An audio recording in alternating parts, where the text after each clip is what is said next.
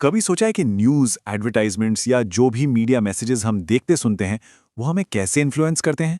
Welcome to nerdy side, जहां हम NCERT chapters को एकदम सिंपल और प्रैक्टिकल तरीके से समझते हैं। आज के इस सेशन में हम इसी चैप्टर को डिटेल में समझेंगे, कॉन्सेप्ट्स, एग्जाम्पल्स और हाँ, एग्जाम में क्या लिखना है उसके साथ।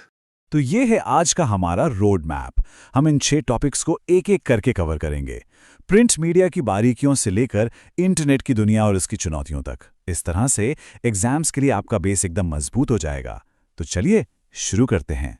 तो हमारा पहला सेक्शन है जनसंचार माध्यमों का परिचय।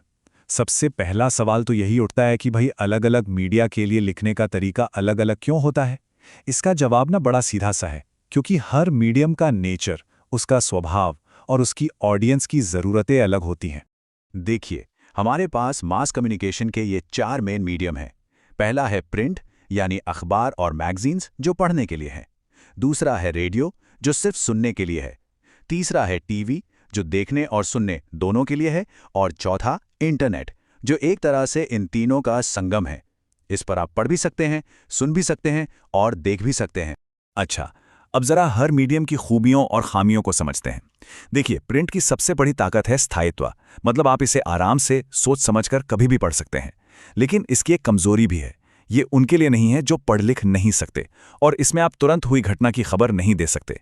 वहीं रेडियो सस्ता है और कहीं भी सुना जा सकता है, पर वो लीनियर है, मतलब एक बार जो खबर निकल गई तो आप पीछे जाकर उसे दोबारा नहीं सुन सकते। टीवी में विजुअल्स का जबरदस्त असर होता है, सब कुछ लाइव लगता है, पर यह भी रेडियो की तरह लीनियर है और पूरी तरह विजुअल्स पर ही निर्भर करता है। और फिर आता है इंटरनेट। इसमें तीनों मीडियम की ताकत है, ये इंटरैक्टिव भी है, पर इसके लिए पढ़ा लिखा होना और कंप्यूटर चलाना आना जरूरी है। सेक्शन 2, प्रिंट मीडिया के लिए लेखन। चलिए अब बात करते हैं सबसे पुराने और सबसे स्थायी माध्यम की। प्रिंट की सबसे बड़ी खासियत यह है कि ये लिखे हुए शब्दों का माध्यम है, और इसीलिए इसमें लिखने के लिए अनुशासन यानी एक डिसिप्लिन की बहुत जरूरत होती है। अब आप सोचेंगे, ये डिसिप्लिन है क्या? इसका सीधा सा मतलब है कि आपको अपनी भाषा, ग्रामर, स्पेलिंग और शब्दों के सही इस्तेमाल पर पूरा ध्यान देना होता है। हम जैसे आम बोलचाल में बात करते हैं, वैसे अखबार में नहीं लिख सकते। हर शब्द को बहुत सोच समझकर लिखना पड़ता है। प्रिंट मीडिया में न्यूज़ लिखने के लिए जो सबसे ज़रूरी स्किल है वो है उल्टा पिरामिड या दी इन्वर्टेड पिरामिड स्टाइल। इसे बहुत ध्यान से समझिए, क्योंकि ये न सिर्फ आपके एग्जाम के लिए बल्कि प्रोफेशनल जर्नलिज्म के लिए भी सबसे ज़रूरी फॉर्मेट है। तो चलिए अब इस उल्टा पिरामिड शैली में ज़रा और गहराई से उतरते हैं। अगर आपने स्ट्रक्चर को समझ लिया तो समझ लीजिए न्यूज़ राइटिंग वाले सवाल में पूरे मार्क्स पक्के हैं। ये सिर्फ एक फॉर्मेट नहीं है, बल्कि पढ़ने वालों की सुविधा के लिए बनाया गया सबसे असरदार तरीका है। तो इसका मतलब क्या है? उल्टा पिरामिड का मतलब है कि खबर की जो सबसे ज़रूरी जानकारी है, उसका जो क्लाइमेक्स है, वो सबसे पहले पैराग्राफ में ही बता दिया जाता है। सोचिए, जैसे किसी कहानी में क्लाइमेक्स आखिर में आता है, न्यूज़ में वो बिल्कुल शुरू में आ जाता है। ऐसा इसलिए क्योंकि आज की भागदौड़ वाली जिंदगी में लोगों के पास ज़्यादा समय नहीं होता और वो पहली कुछ लाइनों में ही पूरी खबर का सार जान लेना चाहते हैं। इस फॉर्मेट के 3 हिस्से होते हैं। पहला है इंट्रो, जिसे मुखड़ा भी कहते हैं।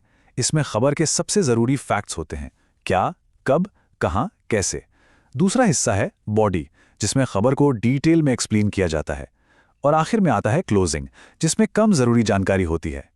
इस स्टाइल का एक और बड़ा फ़ायदा है, अगर एडिटर को जगह कम करनी हो तो वो खबर को नीचे से काट सकता है और खबर फिर भी पूरी लगेगी, क्योंकि सबसे ज़रूरी बातें तो ऊपर पहले ही बताई जा चुकी हैं।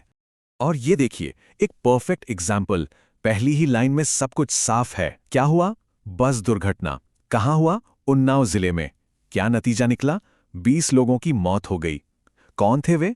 उनमें 5 महिलाएं और 3 बच्चे शामिल थे। देखिए, सारी जरूरी जानकारी हमें शुरू में ही मिल गई। यही है उल्टा पिरामिड। चलिए अब प्रिंट से आगे बढ़ते हैं और बात करते हैं इलेक्ट्रॉनिक मीडिया यानी रेडियो और टीवी की। वैसे तो इन दोनों में कुछ बातें एक जैसी हैं, लेकिन लिखने के मामले में इनमें जमीन आसमान का फर्क है। सबसे पहले बात करते हैं रेडियो की। ये एक लीनियर माध्यम है। इसका मतलब है कि न्यूज़ बुलेटिन एक बार शुरू हो गया तो आप उसे रिवाइंड करके दोबारा नहीं सुन सकते।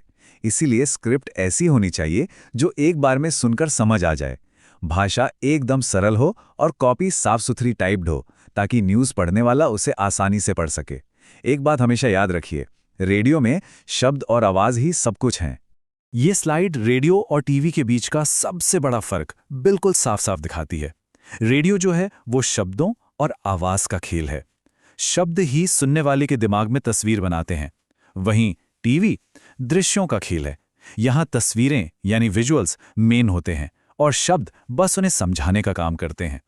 सीधी सी बात, रेडियो कानों का मीडियम है और टीवी आंखों का। टीवी पर एक ही खबर को कई अलग-अलग तरीकों से पेश किया जाता है। सबसे पहले आती है ब्रेकिंग न्यूज़ या फ्लैश। फिर होता है फोन इन, जिसमें रिपोर्टर घटनास्थल से फोन पर जानकारी देता है। जब विजुअल्स आ जाते हैं तो एंकर विजुअल चलता है, जहां एंकर खबर पढ़ता है और साथ में तस्वीरें चलती रहती हैं। जब किसी का बयान दिखाना हो तो उसे एंकर बाइट कहते हैं, और जब सीधे घटनास्थल से प्रसारण हो तो उसे लाइव कहते हैं। अच्छा, एग्जाम के लिए ये पॉइंट्स बहुत काम के हैं। रेडियो और टीवी दोनों के लिए लिखते समय भाषा को बोलचाल वाला रखना है। छोटे छोटे और सीधे वाक्य लिखने हैं। मुश्किल शब्दों से बचना है, जैसे क्रय विक्रय की जगह खरीद बिक्री जैसे आसान शब्दों का इस्तेमाल करना है। और हाँ, मुहावरों का इस्तेमाल करें, पर ऐसे कि वो बनावटी ना लगे, बल्कि भाषा में एक नेचुरल फ्लो लाएं। अब आते हैं सबसे नए और सबसे डायनामिक मीडियम पर, इंटरनेट जर्नलिज्म। इसे ऑनलाइन पत्रकारिता, वेब पत्रकारिता या साइबर पत्रकारिता भी कहा जाता है। और आज के दौर में तो इसका महत्व बहुत ही ज्यादा बढ़ गया है। अगर भारत में इंटरनेट पत्रकारिता के इतिहास को देखें तो पहला दौर था एक्सपेरिमेंट का, जब rediff.com जैसी साइट्स शुरू हुईं। फिर आया दूसरा दौर, जब तहलका.com ने अपनी इन्वेस्टिगेटिव जर्नलिज्म से सचमुच तहलका मचा दिया। और आज हम तीसरे दौर में हैं, जहां लगभग सभी बड़े अखबारों और टीवी चैनलों की वेब पर मजबूत मौजूदगी है। अब जरा खास तौर पर बात करते हैं हिंदी वेब पत्रकारिता की। इसका सफर कैसा रहा है और आज भी इसके सामने क्या बड़ी चुनौतियां हैं, चलिए इसे भी समझते हैं।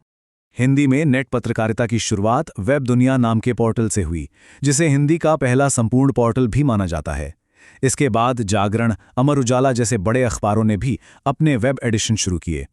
प्रभा साक्षी एक ऐसा अखबार है जो सिर्फ इंटरनेट पर ही मिलता है। और अगर स्टैंडर्ड्स की बात करें तो बीबीसी हिंदी को सबसे बेहतर साइट माना जाता है। लेकिन हिंदी वेब पत्रकारिता की आज भी जो सबसे बड़ी समस्या है वो टेक्निकल है, और वो है हिंदी के फॉन्ट्स की समस्या और एक स्टैंडर्ड कीबोर्ड का ना होना।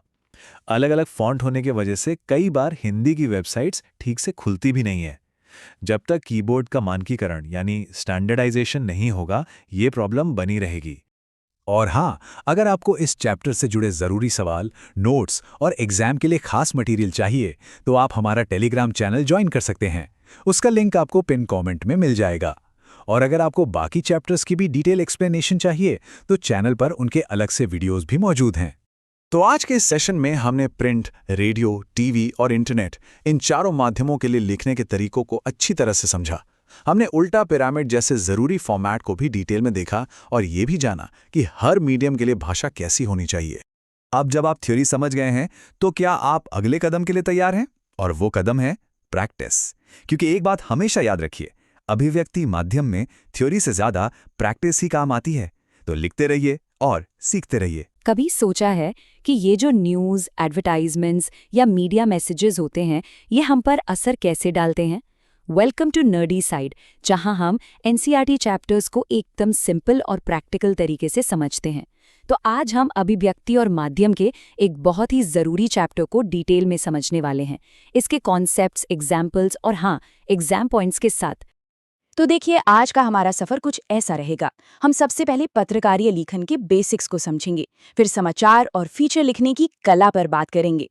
इसके बाद हम थोड़ा और डीप जाएंगे विशेष रिपोर्ट और संपादकीय की दुनिया में, और आखिर में सीखेंगे कि एक दमदार इंटरव्यू आखिर लिया कैसे जाता है। चलिए तो शुरू करते हैं हमारे पहले सेक्शन से।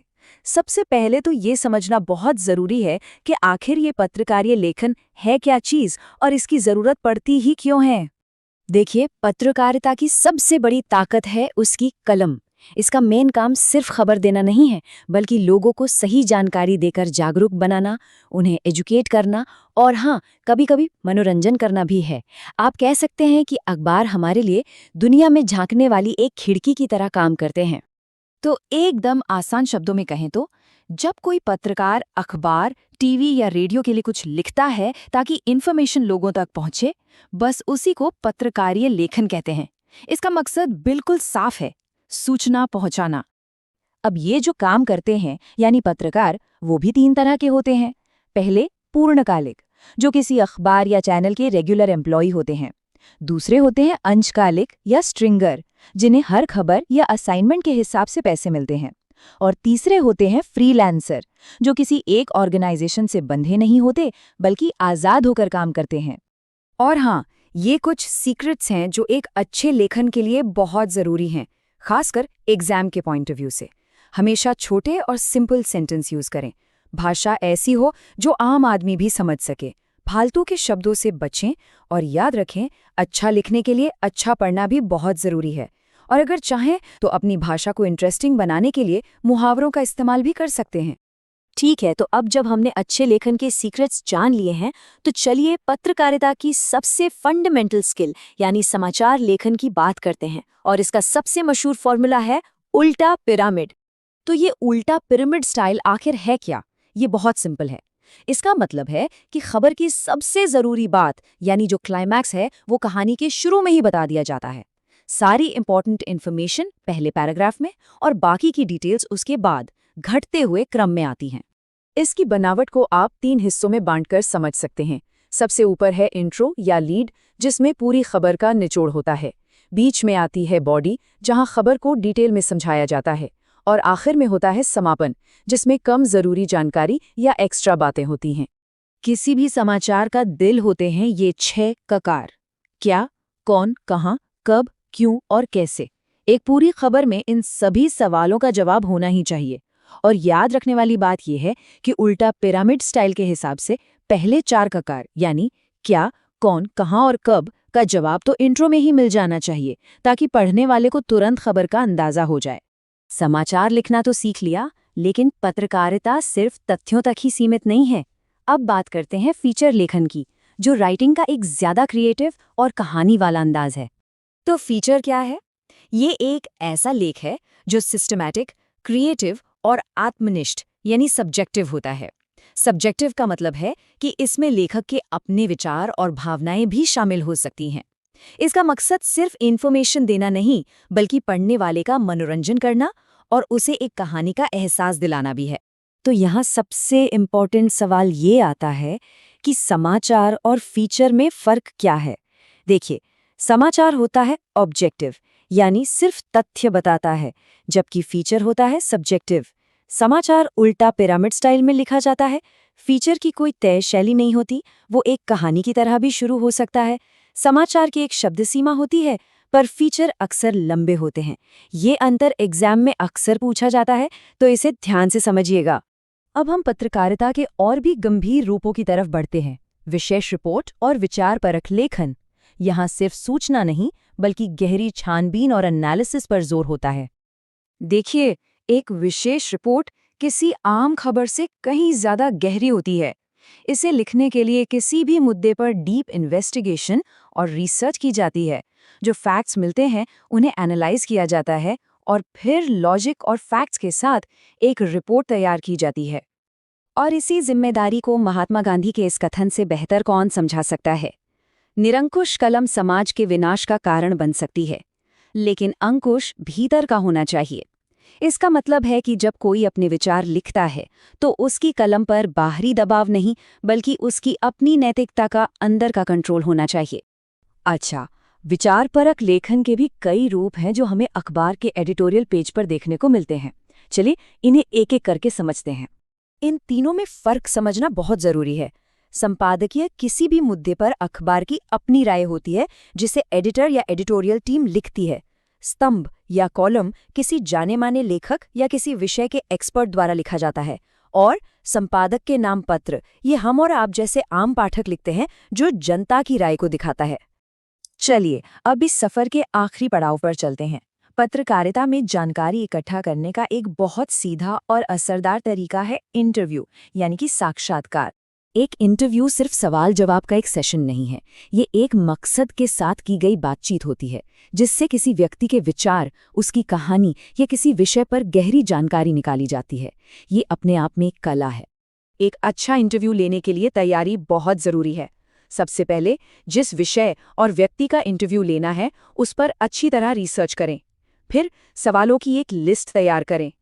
इंटरव्यू के दौरान सिर्फ सवाल न पूछें, बल्कि जवाब को ध्यान से सुने भी, ताकि आप फॉलोअप सवाल पूछ सकें। और हाँ, बाद में लिखने के लिए नोट्स लेना या उसे रिकॉर्ड करना बिल्कुल न भूलें।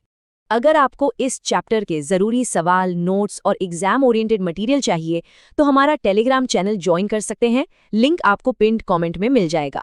और अगर बाकी चैप्टर्स की भी डिटेल्ड एक्सप्लेनेशन चाहिए, तो चैनल पर उनके भी अलग-अलग एक्सप्लेनर्स मौजूद हैं।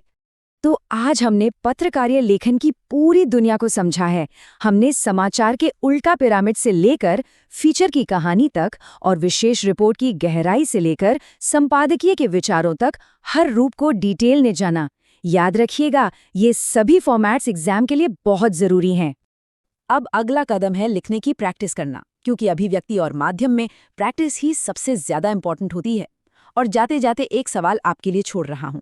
आज के इस डिजिटल दौर में, जहां खबरें जंगल की आग की तरह फैलती हैं, एक पत्रकार की सबसे बड़ी जिम्मेदारी क्या होनी चाहिए? इस पर जरूर सोचिएगा। कभी सोचा है कि ये जो न्यूज़, एडवर्टाइजमेंट्स या मीडिया में जो भी हम देखते हैं, वो हमें कैसे इन्फ्लुएंस करते हैं? वेलकम टू नर्डी साइड, जहां हम एनसीईआरटी चैप्टर्स को बहुत ही सिंपल और प्रैक्टिकल तरीके से समझते हैं। तो आज हम इसी से जुड़ा एक चैप्टर, विशेष लेखन, को डिटेल में समझने वाले हैं। इसके कॉन्सेप्ट्स, एग्जाम्पल्स और हाँ, एग्जाम में क्या जरूरी है, सब कुछ देखेंगे। तो कभी ध्यान दिया है कि न्यूज़पेपर्स में स्पोर्ट्स का पेज अलग, बिजनेस का अलग, सिनेमा का अलग, ऐसा क्यों होता है? सीधी सी बात है, क्योंकि हम सबकी दिलचस्पी मतलब इंटरेस्ट अलग अलग चीज़ों में होता है। किसी को सिर्फ स्पोर्ट्स की खबरें पढ़नी है, तो किसी को बस बिजनेस की। और कुछ लोग तो ऐसे भी होते हैं ना, जिन्हें किसी एक सब्जेक्ट में इतनी गहरी रुचि होती है कि वो सिर्फ खबर नहीं पढ़ना चाहते, बल्कि उसका पूरा का पूरा एनालिसिस पढ़ना चाहते हैं। और बस यहीं से जरूरत पड़ती है विशेष लेखन की। तो आज हम इस पूरे टॉपिक को इन 4 हिस्सों में समझेंगे। सबसे पहले कि भाई ये विशेष लेखन आखिर है क्या, फिर देखेंगे कि ये बीट रिपोर्टिंग से अलग कैसे है, उसके बाद इसके कौन कौन से खास क्षेत्र हैं, और आखिर में सबसे जरूरी बात कि इसमें महारत यानी स्पेशलाइजेशन कैसे हासिल की जाए। तो चलिए शुरू करते हैं पहले सवाल से। विशेष लेखन क्या है? देखिए, जैसा कि नाम से ही पता चल रहा है, ये कोई सामान्य यानी जनरल राइटिंग नहीं है। ये किसी एक खास विषय पर बहुत ही गहरी जानकारी के साथ की गई राइटिंग होती है। मतलब अगर एकदम सीधी सादी भाषा में कहें तो किसी खास विषय पर जनरल न्यूज़ से हटकर जो कुछ भी लिखा जाता है, वही विशेष लेखन है। और पता है, मीडिया ऑर्गेनाइजेशंस में इसके लिए बाकायदा अलग डेस्क होते हैं। आपने सुना होगा, खेल desk, business desk, politics desk. यहाँ पर वो रिपोर्टर्स काम करते हैं जिनसे ये उम्मीद की जाती है कि उन्हें अपने सब्जेक्ट की, अपने फील्ड की बहुत अच्छी गहरी समझ होगी। लेकिन विशेष लेखन को ठीक से समझने के लिए ना, एक और टर्म को समझना बहुत जरूरी है, और वो है बीट रिपोर्टिंग। अब आप सोच रहे होंगे ये क्या है? चलिए समझते हैं, क्योंकि ये दोनों जुड़े तो हैं, पर इनमें एक बहुत ही इंपॉर्टेंट फर्क है। तो ये बीट क्या होती है? देखिए, मीडिया की भाषा में बीट का मतलब है एक रिपोर्टर का वर्किंग एरिया, मतलब कौन सा रिपोर्टर किस तरह की खबरें कवर करेगा। और ये तय कैसे होता है? रिपोर्टर की दिलचस्पी और उसके ज्ञान के आधार पर। जैसे मान लीजिए किसी रिपोर्टर की बीट क्राइम है, तो अब उस शहर में क्राइम से जुड़ी जितनी भी खबरें होंगी, उन्हें कवर करने की जिम्मेदारी उसी की होगी। और देखिए, चाहे रिपोर्टिंग कोई भी हो, बीट रिपोर्टिंग हो या कोई और, सबका मकसद एक ही होता है। ये जो आप देख रहे हैं ना, तथ्य यानी फैक्ट्स की सीढ़ी चढ़कर खबर की सच्चाई तक पहुंचना। एक रिपोर्टर का काम सिर्फ इन्फॉर्मेशन देना नहीं है, बल्कि सही और सच्ची इन्फॉर्मेशन देना है। ओके, तो अब आते हैं इस चैप्टर के सबसे जरूरी हिस्से पर। ये वो सवाल है जो एग्जाम में अक्सर पूछा जाता है। बीट रिपोर्टिंग और विशेषीकृत रिपोर्टिंग में आखिर फर्क क्या है? चलिए दोनों को आमने सामने रखकर समझते हैं, ताकि कोई कंफ्यूजन ना रहे। तो देखिए, लेफ्ट साइड में है बीट रिपोर्टिंग। इसमें क्या चाहिए? बस अपने एरिया की सामान्य जानकारी और थोड़ी दिलचस्पी। इस रिपोर्टर को हम संवाददाता या कॉरेस्पॉन्डेंट कहते हैं। इसका काम होता है फैक्ट्स बताना, क्या हुआ, कब हुआ, कहां हुआ, बस। लेकिन अब राइट साइड पर देखिए, यह है विशेषीकृत रिपोर्टिंग। यहां सिर्फ जानकारी से काम नहीं चलता, यहां चाहिए विषय की गहरी समझ और एनालिसिस करने की काबिलियत। ऐसे रिपोर्टर को विशेष संवाददाता या स्पेशल कॉरेस्पॉन्डेंट कहते हैं, और इसका काम तथ्यों से आगे बढ़कर यह बताना है कि भाई जो हुआ वो आखिर क्यों हुआ और इसका असली मतलब क्या है। चलिए इसको एक बहुत ही सिंपल से एग्जाम्पल से समझते हैं। मान लीजिए शेयर मार्केट क्रैश हो गया। अब जो बीट रिपोर्टर होगा ना, वो क्या बताएगा? वो सिर्फ इतना बताएगा कि मार्केट आज इतने पॉइंट्स गिर गया। ये एक फैक्ट हो गया। लेकिन जो विशेष रिपोर्टर होगा वो इसका पूरा विश्लेषण करेगा। वो ये बताएगा कि मार्केट गिरा क्यों, इसके पीछे क्या बड़े कारण थे, और सबसे जरूरी, इसका आम इन्वेस्टर पर, मतलब हम जैसे लोगों पर क्या असर पड़ेगा। देखा, यही है दोनों में असली फर्क। तो अब तक ये तो समझ आ गया कि विशेष लेखन क्या है, पर अब सवाल ये है कि ये होता कहाँ है, मतलब कौन कौन से ऐसे फील्ड्स हैं जहां ऐसे एक्सपर्ट्स की जरूरत पड़ती है। चलिए एक नजर डालते हैं। अरे इसकी लिस्ट तो काफ़ी लंबी है। जैसा कि आप देख सकते हैं, sports, business, cinema, fashion, health, science and tech, पर्यावरण और यहाँ तक कि रक्षा और विदेश नीति जैसे गंभीर विषय भी। ज़रा सोचिए, एक डिफेंस रिपोर्टर को सिर्फ मिसाइलों के नाम जानने से काम नहीं चलेगा, उसे इंटरनेशनल पॉलिटिक्स की भी गहरी समझ होनी चाहिए। ठीक वैसे ही एक हेल्थ रिपोर्टर को मुश्किल मेडिकल रिसर्च को हम सबके लिए आसान भाषा में समझाना आना चाहिए। इन सभी फील्ड्स में गहराई से एनालिसिस की ज़रूरत होती है। चलो कारोबार और व्यापार की दुनिया से एक हेडलाइन उठाते हैं। शेयर बाजार ने पिछले सारे रिकॉर्ड्स तोड़े, सेंसेक्स आसमान पर। अब ये हेडलाइन पढ़कर शायद हर किसी को समझ ना आए। इसे वही अच्छे से समझेगा जिसे शेयर मार्केट की थोड़ी बहुत जानकारी हो। और बस यहीं से विशेष लेखन की अपनी खास भाषा का रोल शुरू हो जाता है। असल में हर खास फील्ड की ना अपनी एक खास शब्दावली, अपनी एक टर्मिनोलॉजी होती है। जैसे बिजनेस रिपोर्टिंग में आपको तेजी, मंदड़िए, मुद्रास्फीति यानी इन्फ्लेशन, व्यापार घाटा जैसे भारी भरकम शब्द सुनाई देंगे। अब एक अच्छे रिपोर्टर का काम सिर्फ इन शब्दों को फेंकना नहीं है, बल्कि आम पढ़ने वाले को इनका मतलब भी समझाना है। अच्छा, अब बिजनेस से सीधा चलते हैं स्पोर्ट्स के मैदान में। यहाँ की भाषा देखिए। भारत ने पाकिस्तान को 4 विकेट से पीटा। इस हेडलाइन में एक अलग ही जोश है, एक रोमांच है ना? बिजनेस वाली हेडलाइन से एकदम अलग। और यही तो स्पोर्ट्स राइटिंग की खूबी है। इसकी भाषा में वो एनर्जी, वो जोश और वो रोमांच दिखना ही चाहिए। इसकी रिपोर्टिंग शुरू तो होती है उल्टा पिरामिड स्टाइल में, मतलब सबसे जरूरी बात सबसे पहले, कौन जीता, कौन हारा। लेकिन दूसरे पैराग्राफ से ही ये एक कहानी कहने जैसा हो जाता है, एक नैरेटिव स्टाइल में, ताकि पढ़ने वाले को भी लगे कि वो स्टेडियम में बैठकर ही मैच देख रहा है। तो अब सबसे काम के सवाल पर आते हैं। मान लीजिए किसी को इनमें से किसी एक फील्ड का एक्सपर्ट बनना है, मतलब मास्टर ऑफ वन बनना है, तो उसे करना क्या होगा? ये विशेषज्ञता, ये एक्सपर्टीज आखिर हासिल कैसे की जाए? इसके लिए ये 4 स्टेप्स सबसे जरूरी हैं। स्टेप नंबर 1, उस सब्जेक्ट में आपका असली जेन्युइन इंटरेस्ट होना चाहिए, सिर्फ मजबूरी में नहीं। स्टेप नंबर 2, उस विषय की गहराई से पढ़ाई करनी होगी। हो सके तो कॉलेज में उसे एक सब्जेक्ट की तरह पढ़िए। स्टेप नंबर 3, अपने सोर्सेज बनाना, मतलब उस फील्ड के जो एक्सपर्ट्स हैं उनसे जान पहचान बनाइए। और स्टेप नंबर 4, लगातार पढ़ते रहना और लिखने की प्रैक्टिस करते रहना। ये तो कभी नहीं छोड़ना है। और ये कार्टून देखिए, ये पूरी बात का सार है, एकदम निचोड़। एक कामयाब विशेष लेखक बनने के लिए इन 2 पैरों पर मजबूती से खड़ा होना बहुत जरूरी है। पहला पैर है विषय की गहरी समझ और दूसरा है भाषा और लिखने के तरीके पर मजबूत पकड़। अगर इनमें से एक भी पैर कमजोर हुआ तो भाई आप लड़खड़ा जाएंगे। मतलब आपको अपने सब्जेक्ट की नॉलेज भी होनी चाहिए और उसे दमदार तरीके से लिखना भी आना चाहिए। अच्छा, एक जरूरी बात, अगर इस चैप्टर से जुड़े इंपॉर्टेंट सवाल, नोट्स या एग्जाम के लिए कोई और मटेरियल चाहिए तो हमारा टेलीग्राम चैनल जरूर ज्वाइन कर लीजिएगा। लिंक आपको पिन कमेंट में मिल जाएगा। और हाँ, बाकी चैप्टर्स के ऐसे ही डिटेल विश्लेषण भी आपको हमारे चैनल पर मिल जाएंगे। तो चलिए, जाने से पहले एक फटाफट रिकैप हो जाए कि आज हमने क्या-क्या सीखा।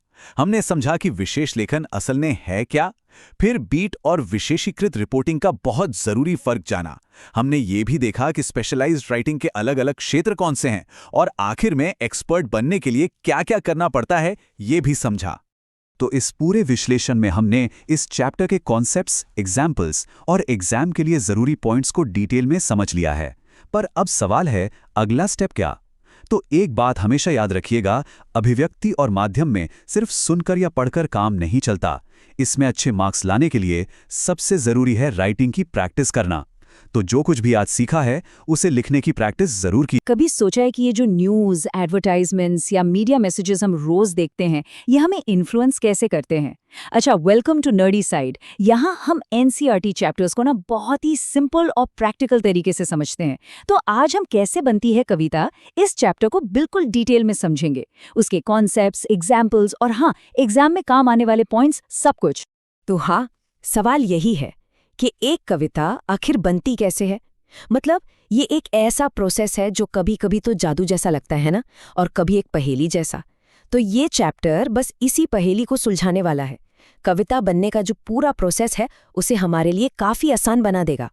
तो आज हम इस चैप्टर को इन 4 मेन सेक्शंस में समझने वाले हैं। सबसे पहले कविता क्या है, फिर देखेंगे कविता के तत्व जिसमें शब्द, बिंब और छंद आते हैं, और आखिर में कविता के घटक और परिवेश। और हाँ, ये स्ट्रक्चर बिल्कुल एनसीईआरटी चैप्टर के हिसाब से है ताकि एग्जाम की तैयारी करने में कोई दिक्कत न हो। हम एक एक करके जानेंगे कि कविता क्या है, उसके एलिमेंट्स क्या हैं और ये सब मिलकर एक खूबसूरत कविता कैसे बनाते हैं। तो चलिए शुरू करते हैं सेक्शन 1 से, कविता क्या है। देखिए, कविता बनाने का कैसे सीखने से पहले ये समझना बहुत ज़रूरी है कि आखिर कविता का क्या और क्यों क्या है, मतलब इसकी जड़ कहाँ है, ये शुरू कहाँ से होती है। तो देखिए, कविता के बिल्कुल कोर में, उसकी जड़ में होती है संवेदना। अब ये सिर्फ एक भारी भरकम शब्द नहीं है, असल में ये वो इमोशनल रूट है, वो फीलिंग है जिससे कवि पूरी दुनिया से, पूरी क्रिएशन से कनेक्ट करता है। ये वो भाव है जो किसी भी घटना को देखकर मन में उठता है और फिर बस शब्दों का रूप ले लेता है। इसका सबसे क्लासिक एग्जाम्पल है ये श्लोक। इसे संस्कृत लिटरेचर का पहला श्लोक माना जाता है। कहानी कुछ ऐसी है कि जब वाल्मीकि ने एक शिकारी को क्रॉंच पक्षी के जोड़े में से एक को मारते हुए देखा, तो उनके मन में जो दुख और करुणा की भावना उठी, वो अपने आप इस श्लोक के रूप में बाहर आ गई। तो ये इस बात का सबसे बड़ा सबूत है कि कविता का जन्म किसी गहरी संवेदना से ही होता है। और इसी बात को सुमित्रानंदन पंत जी ने भी कितने खूबसूरत तरीके से कहा है। वो कहते हैं कि दुनिया का पहला कवि जरूर कोई वियोगी रहा होगा, मतलब किसी से बिछड़ा हुआ इंसान, जिसके दिल की आह से ही पहला गाना या पहली कविता निकली होगी। कविता बस आंखों से बहते आंसुओं की तरह अनजाने में ही बन गई होगी। तो यहाँ एक सवाल उठता है कि भाई, क्या कविता सिखाई जा सकती है? इस पर ना 2 अलग अलग व्यूज़ हैं। एक तरफ कुछ लोग मानते हैं कि हाँ बिल्कुल, जैसे पेंटिंग या म्यूजिक सिखाया जा सकता है, वैसे ही कविता लिखने की क्राफ्ट को भी ट्रेन किया जा सकता है। लेकिन दूसरी तरफ कुछ लोगों का मानना है कि नहीं, ये तो एक नेचुरल गिफ्ट है। पर सबसे ज़रूरी बात पता है क्या है? वो ये है कि इस ट्रेनिंग से कोई कभी बने या न बने, पर कविता के एलिमेंट्स को समझकर एक सहृदय पाठक जरूर बन सकता है। चलिए अब आते हैं हमारे सेक्शन 2 पर, कविता के तत्व। और इसमें सबसे पहले बात करेंगे शब्दों की। ये कविता का सबसे बेसिक लेकिन सबसे जरूरी टूल है। और पता है, कविता में शब्द सिर्फ अपने डिक्शनरी मीनिंग तक सीमित नहीं लेते, वो उससे कहीं ज्यादा होते हैं। कविता की शुरुआत होती ही है शब्दों के साथ खेलने से। Literally a play of words. उनके मतलब से खेलना, उनकी आवाज से, उनकी लय से खेलना। और जब एक कवि ऐसा करता है ना, तो वो शब्दों के बिल्कुल नए नए डायमेंशंस, नए नए अर्थ खोज निकालता है। रघुवीर सहाय की इन लाइंस को देखिए। अगर कहीं मैं तोता होता तो क्या होता? तोता होता। यहाँ तोता होता को बार बार दोहराने से एक बड़ा ही प्लेफुल रिदम बन रहा है। यहाँ शब्दों का खेल, उनका लिटरल मीनिंग क्या है उससे कहीं ज्यादा जरूरी है।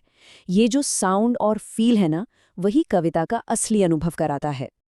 अच्छा, शब्दों के खेल से थोड़ा और आगे बढ़ें तो आता है सेंटेंस स्ट्रक्चर, यानी वाक्य संरचना। और ये एग्जाम के लिए बहुत बहुत जरूरी पॉइंट है। इसे समझने के लिए धूमिल की कविता मोचीराम का एग्जाम्पल लेते हैं। देखिए, ओरिजिनल लाइन है, पेशे पर जब चोट पड़ती है। यहाँ पर जोर किस पर है? पेशे पर, यानी प्रोफेशन पर। अब अगर हम बस शब्दों को थोड़ा सा बदल दें, चोट जब पेशे पर पड़ती है, अब जोर किस पर चला गया? चोट पर। देखा, मतलब कविता में एक एक शब्द की जगह कितनी ज्यादा मायने रखती है, पूरा मतलब बदल जाता है। ठीक है, तो अब हम आते हैं अपने सेक्शन 3 पर, कविता के तत्व, बिंब और छंद। अब ये कविता के थोड़े और एब्स्ट्रैक्ट, मतलब थोड़े और गहरे टूल्स हैं। एक जो शब्दों से मन में तस्वीरें बनाता है, और दूसरा जो कविता को उसकी धुन, उसकी लय देता है। तो सबसे पहले बिंब क्या है? बहुत ही आसान भाषा में कहें तो बिंब का मतलब है शब्दों से मन में एक तस्वीर बनाना। जब कोई कवि कुछ डिस्क्राइब करता है और उसको पढ़ते पढ़ते हमारे मन में उसकी एक क्लियर इमेज बन जाती है, बस उसी को बिंब कहते हैं। और ये जो बिंब होते हैं, ये हमारी 5 इंद्रियों, हमारे 5 सेंसेस से जुड़े होते हैं। बिल्कुल जैसा यहाँ दिख रहा है, शब्द हमारे दिमाग में तस्वीरें बनाते हैं और असल में एक अच्छी कविता वही है जो पढ़ने वाले को वो सब कुछ महसूस करा दे जो कवि ने खुद महसूस किया है। मतलब पढ़ने वाला उसे सिर्फ पढ़े नहीं बल्कि उसे देखे, सुने और फील करे। अब बात करते हैं दूसरे जरूरी एलिमेंट की, और वो है छंद यानी रिदम। ये कविता का एक मैंडेटरी मतलब अनिवार्य हिस्सा है। लेकिन रुकिए, छंद का मतलब सिर्फ मीटर या मात्राएं गिनना नहीं होता। आजकल जो फ्री वर्स यानी मुक्त छंद लिखा जाता है उसमें भी एक अंदरूनी लय होती है जिसे अर्थ की लय कहते हैं। इसका मतलब ये है कि शब्दों का मीनिंग और उनका सीक्वेंस खुद ब खुद एक ऐसा फ्लो बना देता है जो कविता को एक म्यूजिकलिटी देता है, जैसे हमने धूमिल की मोचीराम कविता में महसूस किया। और अब हम पहुंच गए हैं अपने आखिरी सेक्शन पर, सेक्शन 4, कविता के घटक और परिवेश। तो यहाँ हम अब तक जो कुछ भी सीखा है उन सारी चीजों को एक साथ लाएंगे और ये देखेंगे कि किसी कविता पर उसके आसपास के माहौल यानी उसके कॉन्टेक्स्ट का क्या असर पड़ता है। तो एक बार फिर से देख लेते हैं कविता के प्रमुख घटक क्या क्या हैं। भाषा, वाक्य संरचना, बिंब, छंद, परिवेश और संदर्भ और भाव, ये सारे एलिमेंट्स जब एक साथ मिलते हैं तब जाकर एक कविता पूरी होती है। और ये स्लाइड एग्जाम रिवीजन के लिए बहुत इंपॉर्टेंट है, तो इन पॉइंट्स को अच्छे से ध्यान में रखना है। अच्छा, ये परिवेश या कॉन्टेक्स्ट होता क्या है, इसे समझने के लिए नागार्जुन की कविता अकाल और उसके बाद का ये हिस्सा देखते हैं। ये कविता एक गांव में पड़े सूखे अकाल के बारे में है। जरा इन लाइंस को सुनिए। इनको पढ़ते ही पूरा माहौल, पूरा कॉन्टेक्स्ट आंखों के सामने आ जाता है।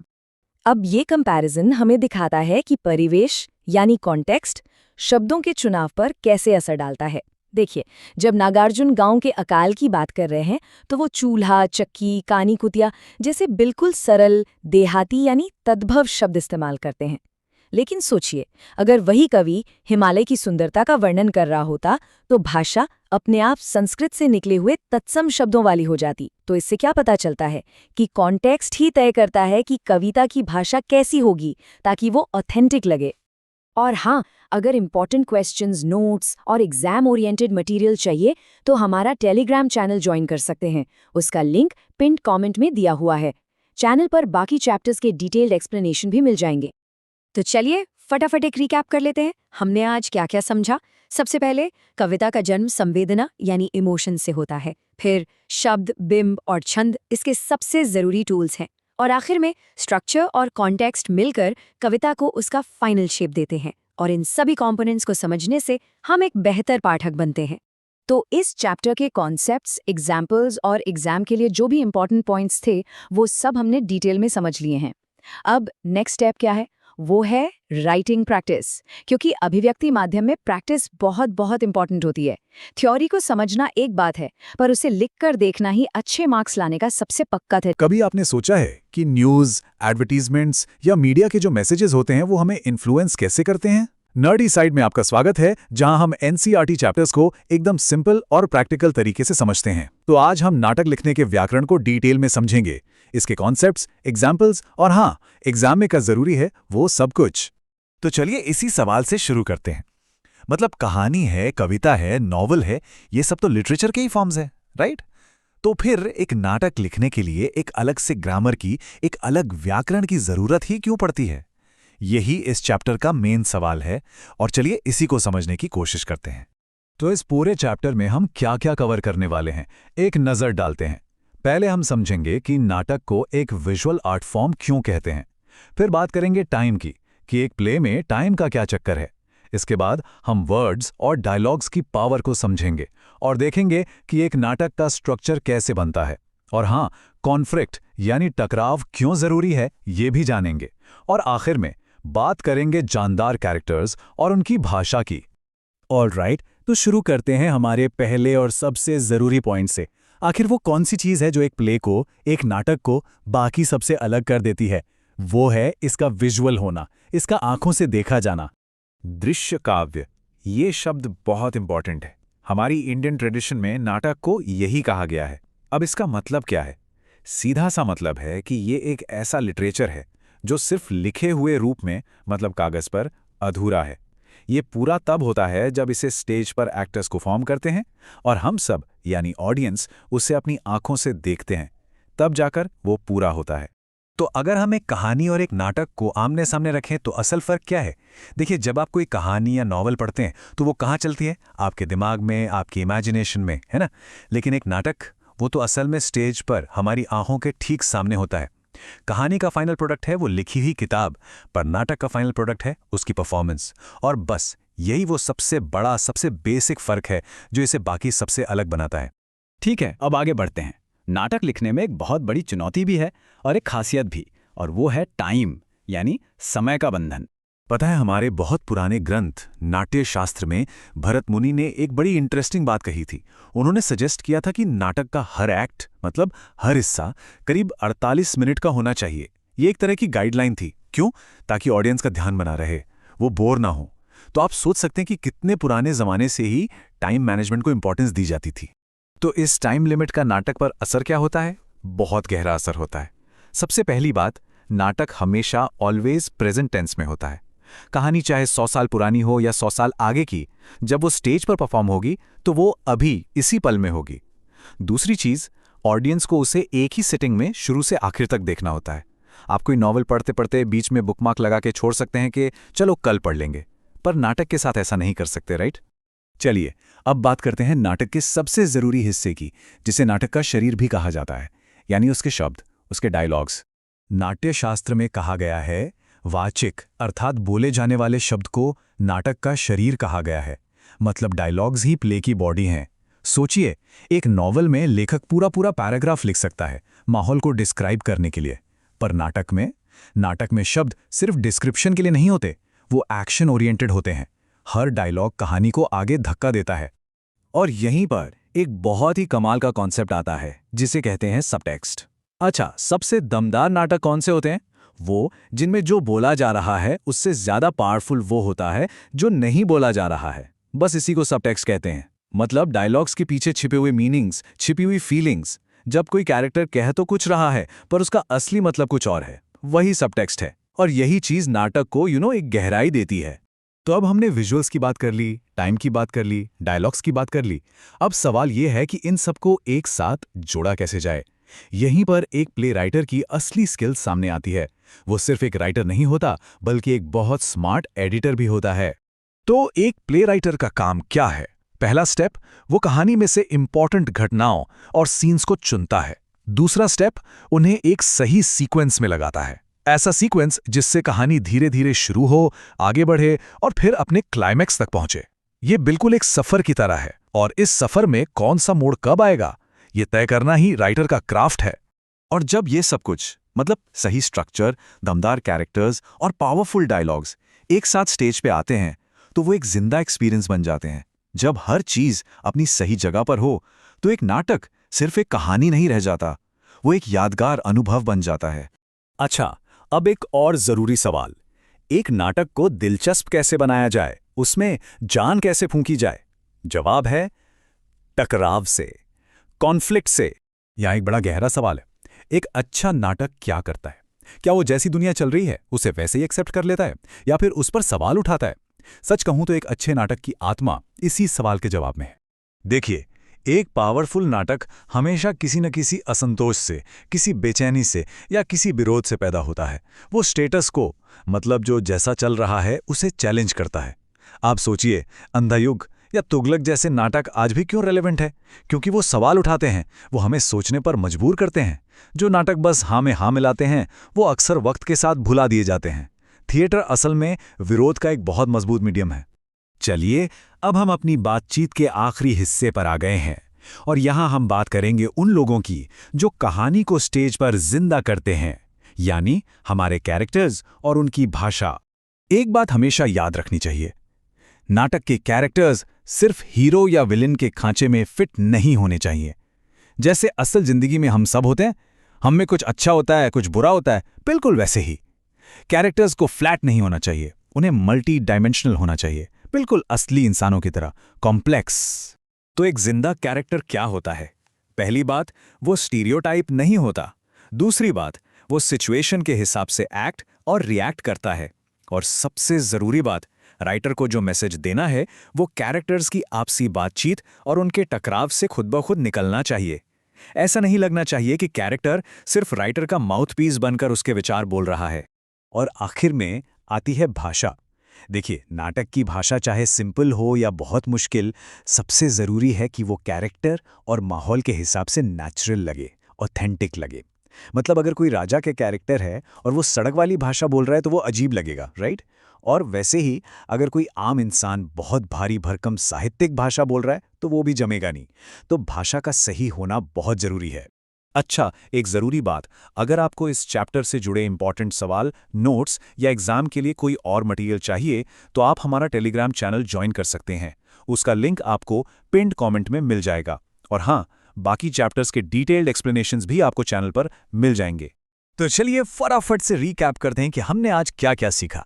नंबर 1, नाटक एक विजुअल मीडियम है जो परफॉर्मेंस से पूरा होता है। नंबर 2, इसमें टाइम की लिमिट होती है और ये हमेशा प्रेजेंट टेंस में होता है। नंबर 3, डायलॉग और सबटेक्स्ट इसकी जान है। नंबर 4, कॉन्फ्लिक्ट इसे पावरफुल बनाता है। और आखिर में कैरेक्टर्स को जिंदा, कॉम्प्लेक्स और रियल होना चाहिए। तो अब जब आपको नाटक लिखने का ये पूरा ग्रामर समझ आ गया है तो एक सवाल है आपके लिए। सोचिए, ऐसी कौन सी कहानी है जिसे आप एक प्ले में बदलना चाहेंगे और क्यों? हमने इस चैप्टर के सारे ज़रूरी पॉइंट्स को डिटेल में समझ लिया है, पर अब सबसे ज़रूरी काम बाकी है और वो है प्रैक्टिस। याद रखिए, अभिव्यक्ति माध्यम में समझना जितना ज़रूरी है उससे कहीं ज़्यादा ज़रूरी है लिखकर प्रैक्टिस। कभी सोचा है कि जो कहानियां हम सुनते हैं या फिर जो फिल्में हम देखते हैं वो हमें इतना ज़्यादा इन्फ्लुएंस कैसे कर लेती हैं? वेलकम टू नॉडी साइड, जहां हम एनसीईआरटी के चैप्टर्स को बहुत ही सिंपल और प्रैक्टिकल तरीके से समझते हैं। तो आज हम अभिव्यक्ति माध्यम के चैप्टर कैसे लिखें कहानी को एकदम डिटेल में समझने वाले हैं। इसके कॉन्सेप्ट्स, एग्जाम्पल्स और हाँ, एग्जाम में क्या क्या इंपॉर्टेंट है, सब कुछ। तो चलिए सबसे पहले और सबसे बुनियादी सवाल से शुरू करते हैं।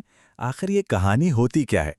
क्योंकि देखिए, एक अच्छी कहानी लिखने का जो पहला कदम है वो उसे ठीक से समझना ही है।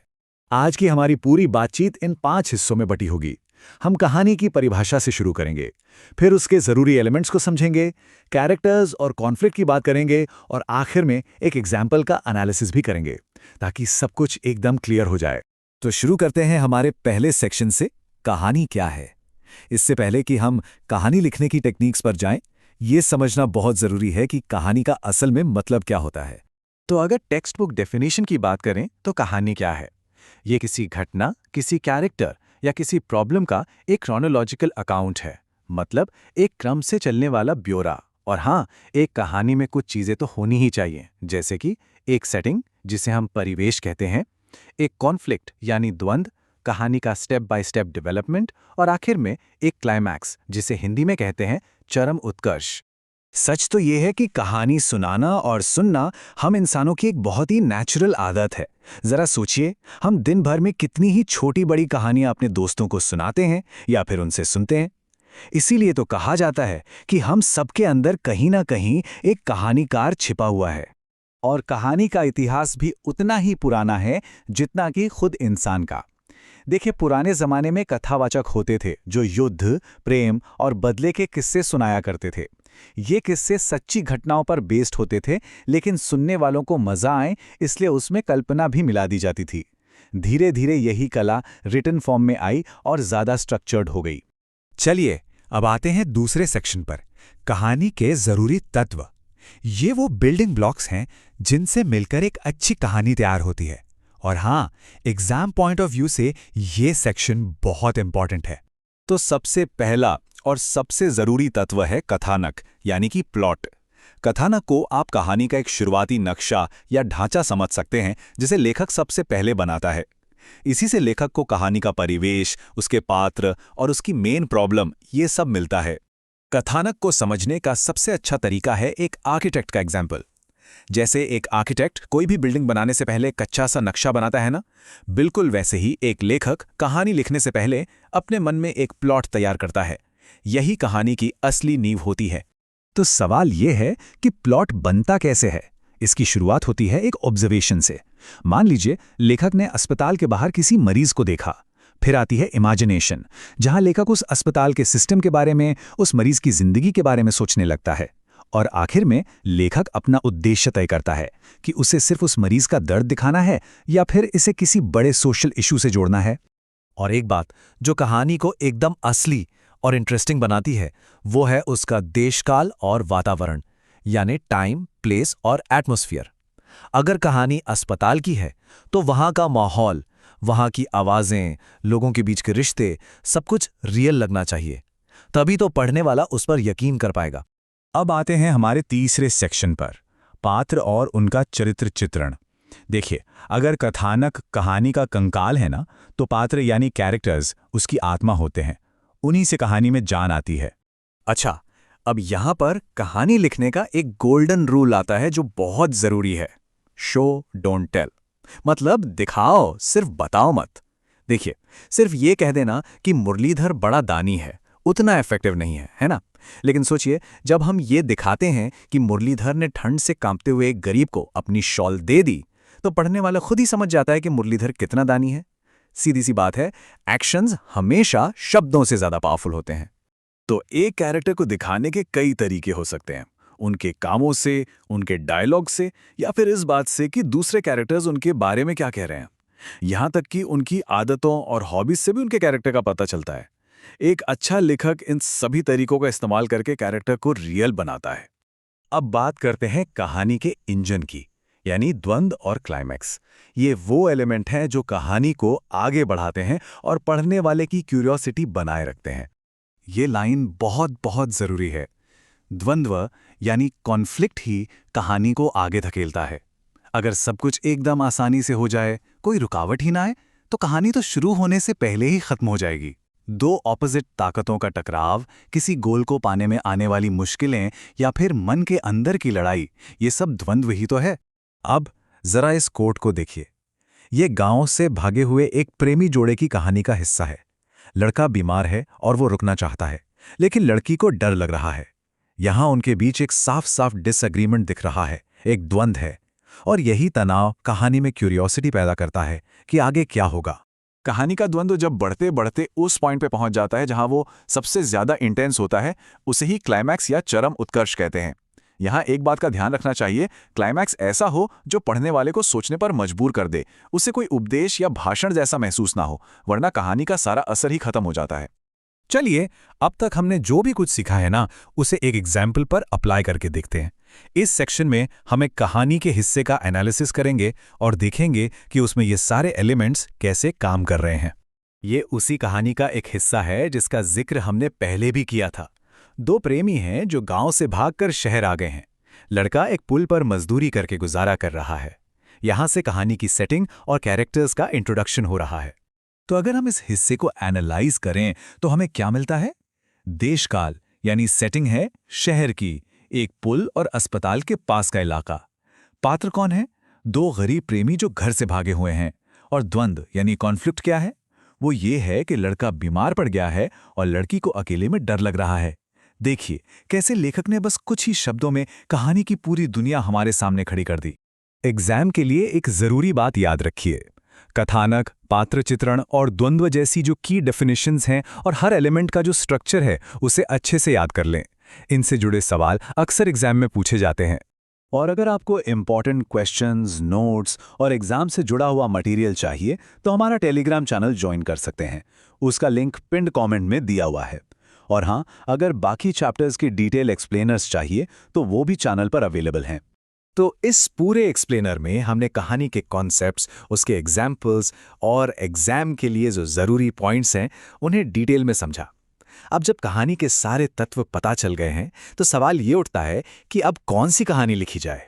याद रखिए, अगला कदम सिर्फ प्रैक्टिस करना है, क्योंकि अभिव्यक्ति माध्यम में प्रैक्टिस ही सबसे ज़्यादा इंपॉर्टेंट। नमस्कार, आज हम अभिव्यक्ति और माध्यम की किताब से एक बहुत ही इंटरेस्टिंग चैप्टर समझने वाले हैं, नए और अप्रत्याशित विषयों पर लेखन। कभी ऐसा हुआ है आपके साथ कि दोस्तों से किसी फिल्म के बारे में तो घंटों बात कर ली, लेकिन जब उसी पर लिखने को कहा गया तो शब्द ही नहीं मिल रहे? ये एक बहुत ही कॉमन प्रॉब्लम है और आज हम इसी का हल ढूंढने वाले हैं। Welcome to nerdy side. यहां हम एनसीईआरटी चैप्टर्स को एकदम सिंपल और प्रैक्टिकल तरीके से समझते हैं। तो आज के इस सेशन में हम जानेंगे कि लिखने के इस डर को कैसे भगाया जाए और किसी भी नए टॉपिक पर अपने असली ओरिजिनल विचार कैसे लिखे जाएं। हम कॉन्सेप्ट्स, एग्जाम्पल्स और एग्जाम में काम आने वाले पॉइंट्स सब कुछ कवर करेंगे। तो चलिए सबसे पहले इसी सवाल से शुरू करते हैं। आखिर लिखने से ये डर लगता क्यों है? देखिए, जिन विचारों को हम बोलकर बड़ी आसानी से एक्सप्रेस कर देते हैं ना, उन्हें एक सिस्टमैटिक लेख की शक्ल देना ज्यादातर लोगों के लिए एक मुश्किल काम होता है। लिखने का इन्विटेशन भी एक चैलेंज जैसा लगने लगता है। पता है, इस डर का एक बहुत बड़ा कारण है हमारी रटने की आदत। रटंत मतलब किसी और के लिखे हुए को याद करके बस वैसा का वैसा ही लिख देना। ये एक बुरी लत की तरह है जो हमारी ओरिजिनल सोच को खत्म कर देती है। अब सोचने वाली बात यह है कि इसका नुकसान क्या है।